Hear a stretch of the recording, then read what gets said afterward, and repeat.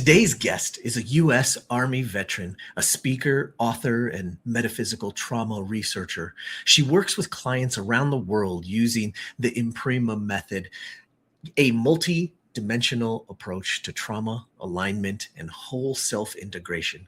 She's the author of Trauma Whispers Before It Roars, a field manual for listening to the body before stress, survival patterns, and old wounds become impossible to ignore. Her work bridges healing, nervous system awareness, and soul-driven purpose.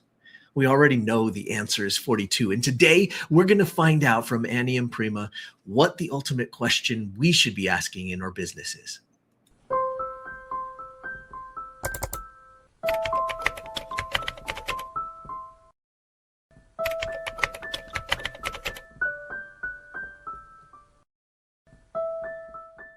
What's up, everybody? Michael Johnson here with the 42 podcast, where we already know the answer and we're on a quest to find the ultimate question. I'm excited you're here with me today as we explore the ultimate question with another amazing expert and business owner.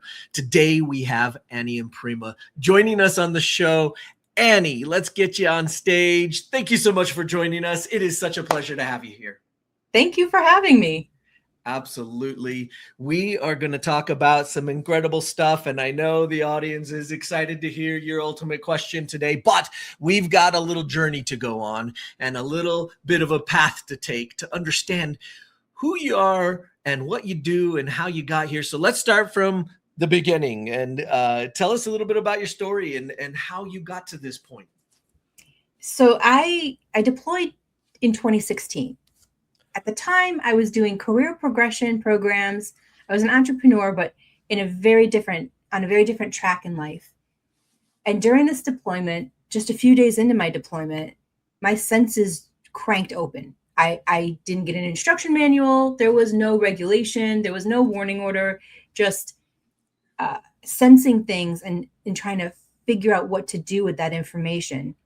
My clear seeing, my clairvoyance, my clear hearing, my clairaudience, my clear knowing, my clear cognizance just kind of turned up without even a warning order. So I had no idea why I was feeling what I was feeling. I was just feeling this intensity and having information that I shouldn't know. Like somebody would say something to me, like a colonel, perhaps, and my head would involuntarily shake.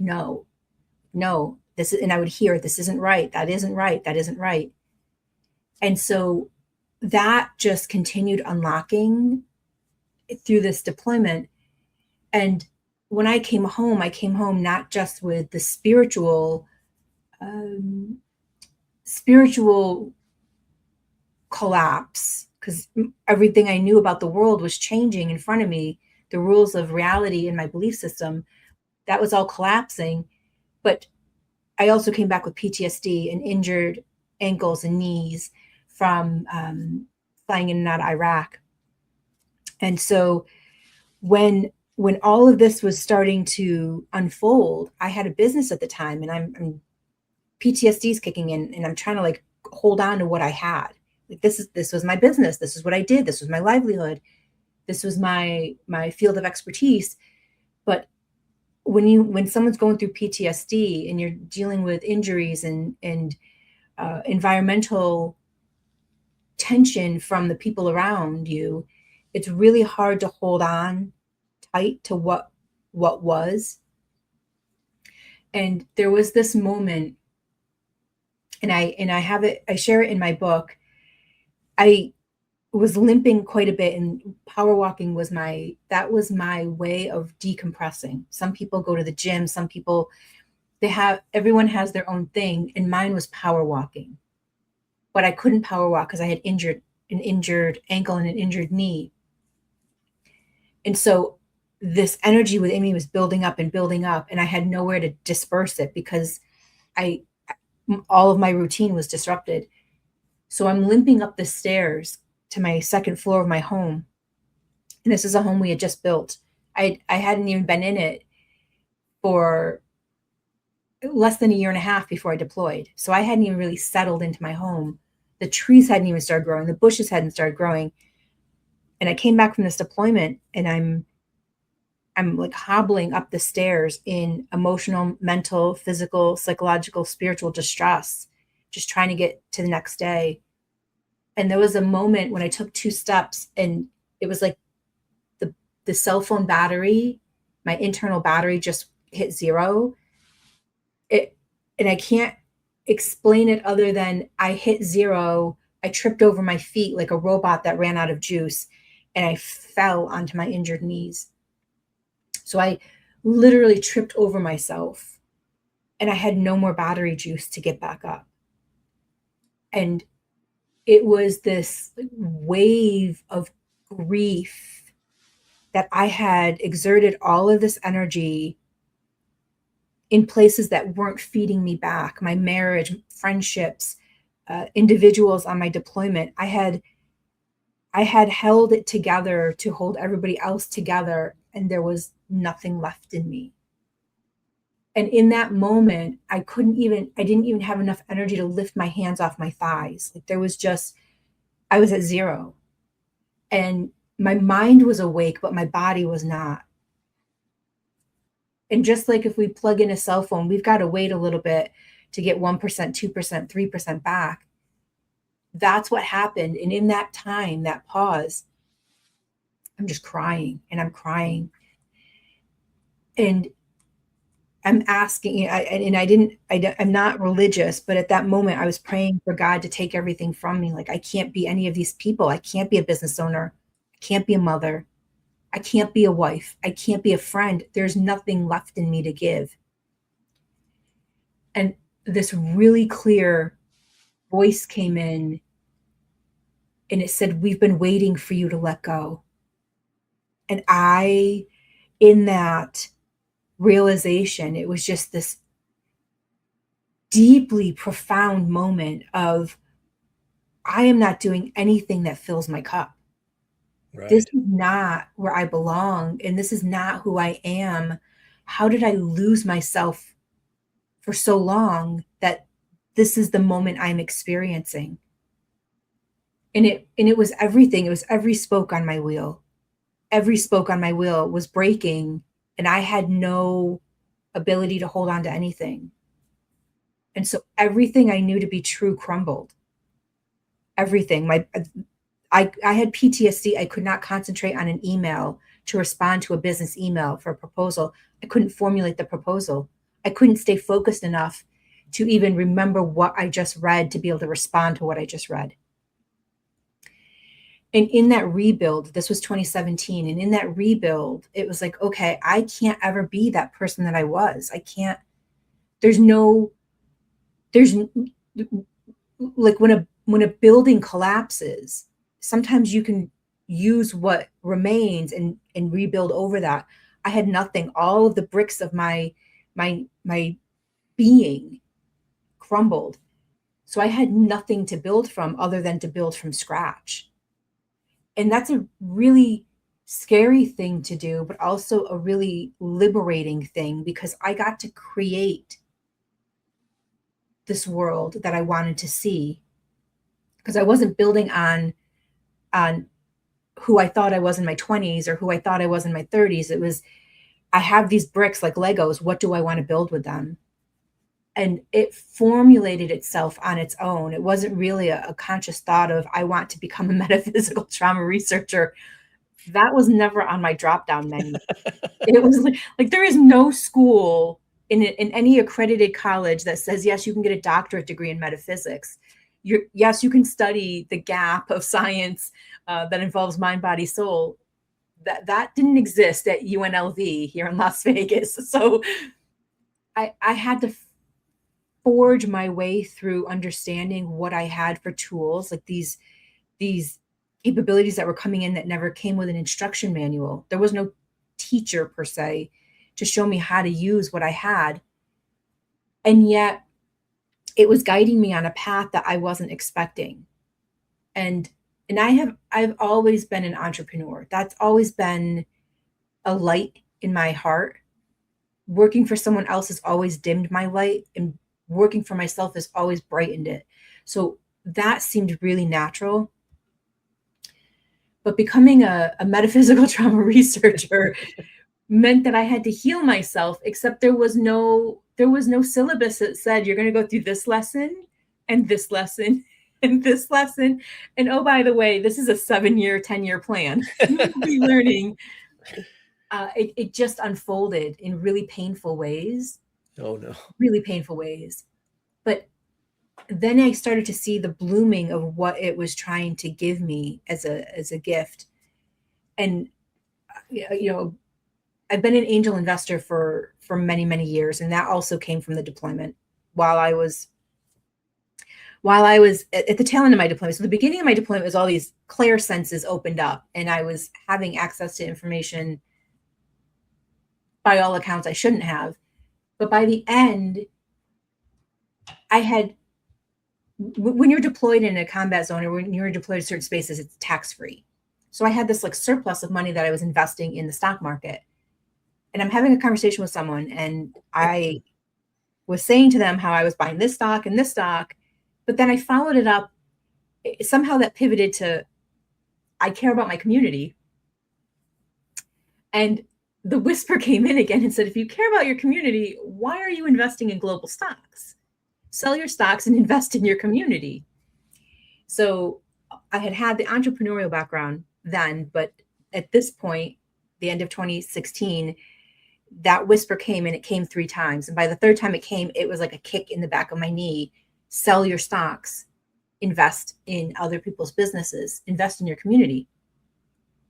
So I've got this rebuild happening in metaphysics, and I'm learning metaphysics as I'm also learning the emotional and trauma impacted side of business by working with all of these small businesses that are looking for funding.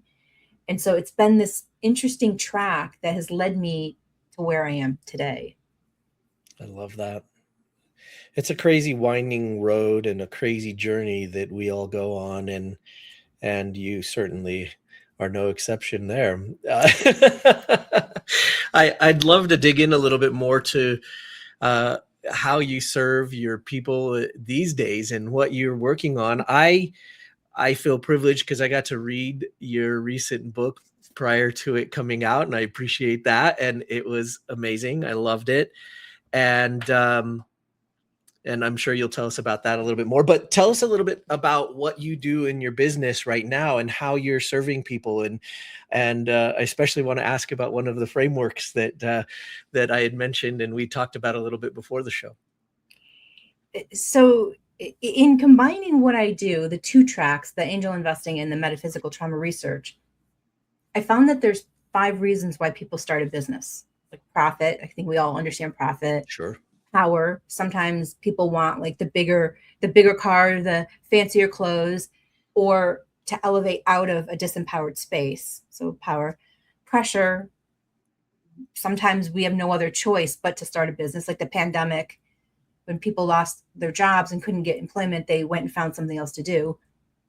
There's passion, where people just love what they do. And then there's purpose, which is the track I'm on, where sometimes I don't have the answers and I can't see 6 steps in front of me, but I know I've got to keep walking the path. Right. So where I am right now is I work with individuals, 18 countries right now around the world.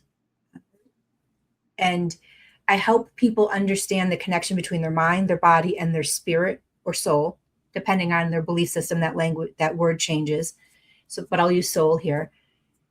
And if we're not connected mind and body, we're going to have either a physical, mental dis-ease, or we're going to have it reflected in the world around us. It'll affect our ability to grow our business, sustain our business. It affects our relationships, romantic, household, and interpersonal relationships. So I look at what someone has experienced, what is still undigested in their body, and how is that presenting? Is it physical, mental, or relational? And how can I help them find their way back home? How do they take that journey to find their way back home the way I, in a very explosive way, had to find my way back home to my purpose. Right. And so what I do for most clients is one-on-one sessions for them to understand how trauma created what is happening, and we use metaphysical modalities to do that. The EMPRIMA method it's an acronym. It's embodied metaphysics for personal reconciliation, integration, and multidimensional advancement. And I know that that's like a whole bunch of fancy words, but what it really means is we have to be able to embody who we are. And metaphysics isn't crystals and tarot cards and woo-woo stuff. I don't know how to do any of that. But what I do know is that there is so much more to who we are than what we can see and measure. Sure. The beyond. And so I can't ignore the beyond, because the beyond is how I help and serve. Is working in that higher consciousness space is how I help people come home to who they are. So embodied metaphysics is very much the core of what I do. Personal reconciliation, because sometimes we don't need healing, we need accuracy. Sometimes the way we remember something is not accurate, and that's creating tension in our body. So accuracy, the reconciliation of what is or what needs to be, we're not really always being fixed or healed. Sometimes it's just getting the right information in the nervous system so it can settle. And then the multidimensional advancement is, once you know the journey you're on, then there's a responsibility, a stewardship to do something with it. So that multidimensional advancement is being able to look beyond ourselves in more of a community or a collective consciousness way. And how can we be useful for other people so that they can feel a greater sense of belonging on their path through life. Wow. That's deep. Yeah. Welcome to my world. I love that. That's wonderful. Thank you for sharing that with us. And that's a great place to start to lead into what everybody's excited to hear, which is your ultimate question. And for those of you that are new to the show, we are not pulling this on Annie off the cuff or just on the spur of the moment. We did give her some opportunity to prepare and decide what her ultimate question was going to be. Before we get to today's ultimate questions, a quick note from Business Choreography. If your prospects need education before they're ready to buy, you probably need more than random content and one-off conversations. You need a structured way to teach, build trust, and help the right people understand why your work matters. That's what the free Event Systems Masterclass from Business Choreography is all about. It shows how experts, coaches, consultants, educators, speakers, and service providers can use repeatable events to create trust and move the right people towards qualified sales conversations. You can watch the free masterclass at eventchoreo.com. That's eventchoreo.com. Now, let's get back to the show. So let's jump right in, Annie.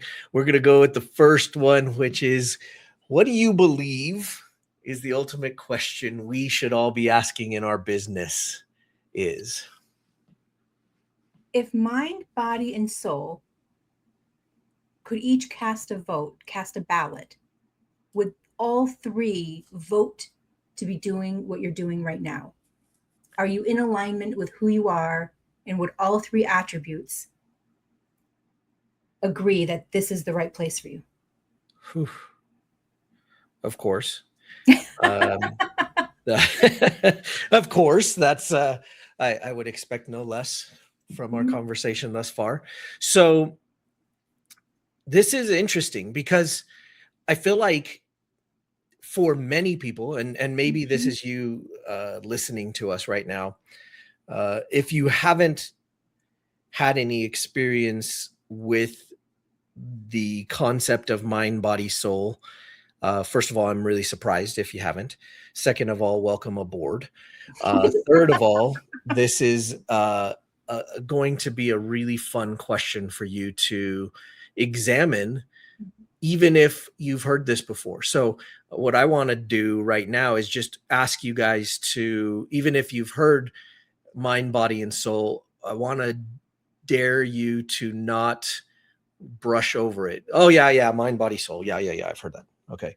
Well, let's take a second here to really evaluate and jump into this question, because what I really prepared, or what I really loved about it when I saw what your question was, is this in essence, it's a little bit of a metaphor, right? Like, Mhm. if they could each cast a ballot, right? You've got a little voting system going on inside of you. And Mhm. I just am curious, like, where did you come up with that concept? Because like that really caught me. And that idea was like, oh gosh, like I got to take votes now. Oh boy. Right. Like, but that's a pretty cool way to put it. Like, where did that come from? It comes from 10 years of paying attention to people in business.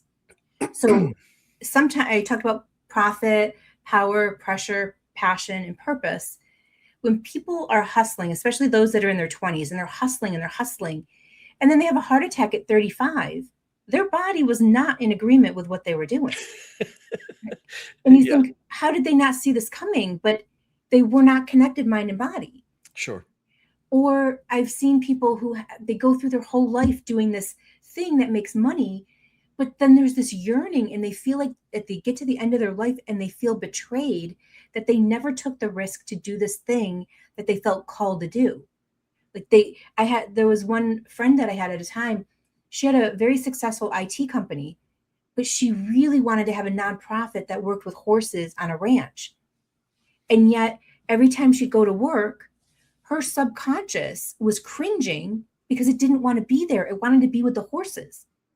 And so what does that do? Then it makes us crankier and irritable because we're not honoring who we are and we're not honoring where we're supposed to be.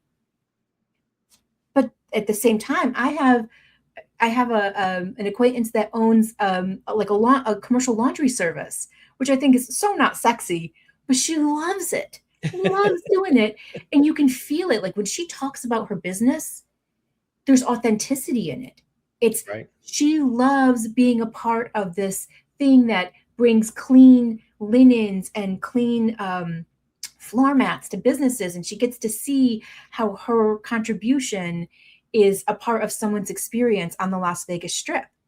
And so it doesn't sound very exciting, but it brings her so much joy that that joy seeps into her life, and it fills into her home with her children and her friends because she's being fulfilled emotionally, she's being fulfilled financially, she feels great gratitude in the relationships she has. And so when we come back to the question is, are we really filling our cup? Because if we're not, it's going to affect the 6 layers of belonging. If we're doing something that goes against even one of our attributes, there's a penalty and an interest, and it's going to get paid by the people around us. So it seems like a silly question, perhaps, but it's actually quite an important one that people need to be asking. And and what is their motivator? Like what is really important in life? When we look at the big scope of our lifespan, are we doing something that's going to be important to us in a way that fills our cup so we can be of service or be useful in other ways? What do you feel, from your perspective, about some people being more connected to one of the three than the others? Do you feel like that's the case? Do you feel like most people are more connected to one of the three and can hear and listen to that part? And then just, do you feel like it's just they're not practiced at the other two? If they are connected more to one, do you feel like it's just that they've kind of ignored it? And so how do you look at that? Well, I think there's personality types. Like I've never heard an engineer or mathematician say, "Oh, this brings me so much joy," because what they're going for is more fulfillment and contentment. Right. They're like satisfied. The emotions that they're choosing and seeking are not the same. And someone who's very social is going to go for more of the emotions of connection and belonging. But at the end, when we look at someone, like I think of Viktor Frankl, Man's Search for Meaning, and he wrote about his survival 3 years in concentration camps during the Holocaust. He wasn't in pursuit of happiness. He was in pursuit of meaning, but that meaning filled his soul. It Right. filled him in a different way. So even though the person may not speak it, there's some value. Now, have I met people that were completely dissociated? Absolutely. They're working in this numbness state and they're making decisions, but everything's falling apart around them. Like, Right. and there's denial. So Right. yeah, there's like it, we can lean on one and be really strong on one, but we can't be in denial of the other two attributes. Right. Right. Makes sense. I love this question, and it's super deep, and I feel like it requires a little bit of your time. And for those of you out there listening, don't forget, this is on YouTube. You can pause, just come back and listen to the next question because it's a good one. So we had you prepare a second question, which is the ultimate question you believe we should be asking in our life. Yeah. Okay, what you got for us? So if we look at the 6 layers of belonging and we look at them in concentric circles like a bullseye, in the center is self, and the next layer is our household. So whether it's individuals, roommates, pets, then the next layer is friends and family, and the next layer is community, which can be neighborhood, geographic, or affiliation like sports or military. The 5th circle is nation, so the largest governing body of authority that you have.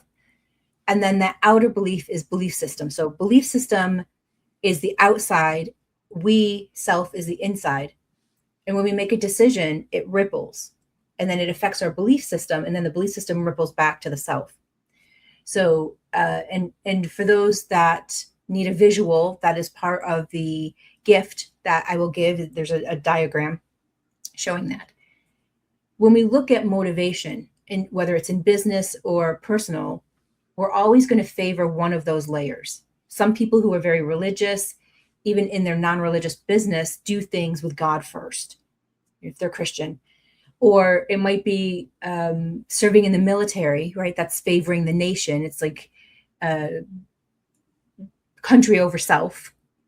If we look at community, it might be people who serve the community. Maybe it's a business that distributes or sells services or products to the community. If it's friends and family, our motivation might be, like I've met a lot of business owners that say, I want to make my dad proud. And they're grown adults, they don't live with their dad, but they want to make their dad proud in the work that they do. Or it could be household, like I do this for my spouse, I do this for my children. I want my children to have more financial freedom than I had. So each of those layers, we will choose one of those layers to lean on as our motivator for why we do what we do in business. And when we understand that, then we know what choices we need to make to feel fulfilled in our own business. So if we have a business and we're really connected to community, but our business is global or something like a SaaS service as a software as a service, maybe it's our tithing to a community or our contribution, nonprofit donations that we make to fulfill that need. But we always pick one of those layers to favor without judgment. There's no right or wrong answer. It's which one is your motivator? Right. Right. I love that. These are great questions. I just wonder, obviously the work that you've done in this space has really developed this question. And I feel like there are just so many beautiful things that could come out of your answers as you guys listen to this, as you guys dig into that, and you start to literally answer the question. I might be a bit of a broken record for those of you that have listened to the show, but I really want to encourage you to pause and answer the question. Like really think about it and put it into your space. A few of you out there, maybe somebody out there, you might be thinking, yeah, I've asked this question before. It's still worth asking again. Because what if the answer is different this time? And I love that element of what we do here, and it makes it so fun. We would love to hear about your answers And if you have questions, put them in the comments, because both Annie and I will be looking at the comments, and we would love to hear what you came up with when you asked yourself these questions. And as you sat and reflected, did something come out of that that you were surprised about? We'd love to hear about that. Put that in the comments if you're willing to share, and let Annie know how her question has spurred on some new thoughts for you, and gotten you to think about things in a different way. But I'm really excited for you to dig into these questions, and I'm really looking forward to hearing what you have to say. Like I said, we read all the comments and we read what you have to say about it all. So let us know what you're thinking and what this is drummed up inside of you, and we'll keep an eye out. Annie, you have brought a gift for everybody, and I would love you to tell them about it and share with them what you've brought.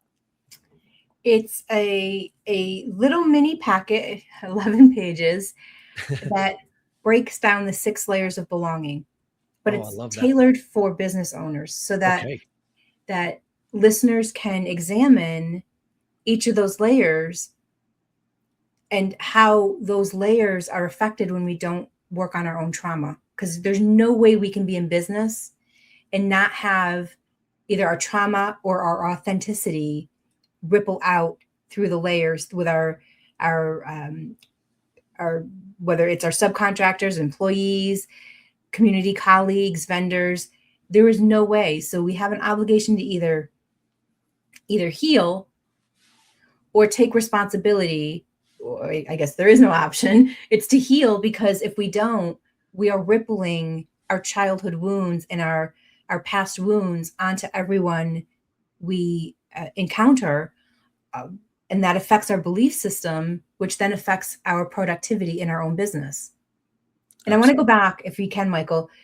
When I had talked about the layers earlier with the question, I didn't emphasize self. And sometimes self is the answer that people are going to put in the comments, because there are times when people say, I did this business because I wanted to prove to myself, or I wanted to show that I could do it, and I'm so proud of myself.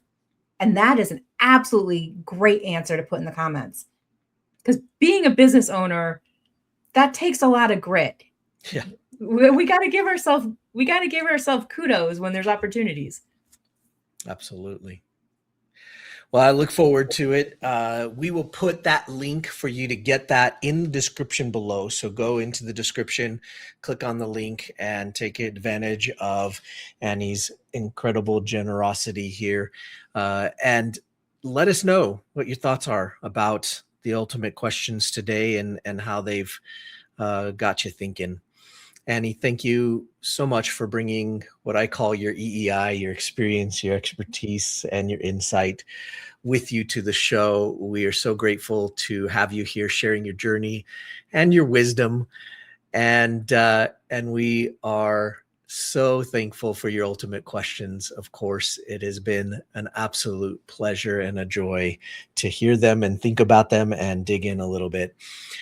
Guys, all of you out there, if you haven't liked or subscribed, please do so. And sometimes you think you've subscribed and you haven't yet. So just check and see. It's a quick little thing. It helps the show a lot, helps us a lot.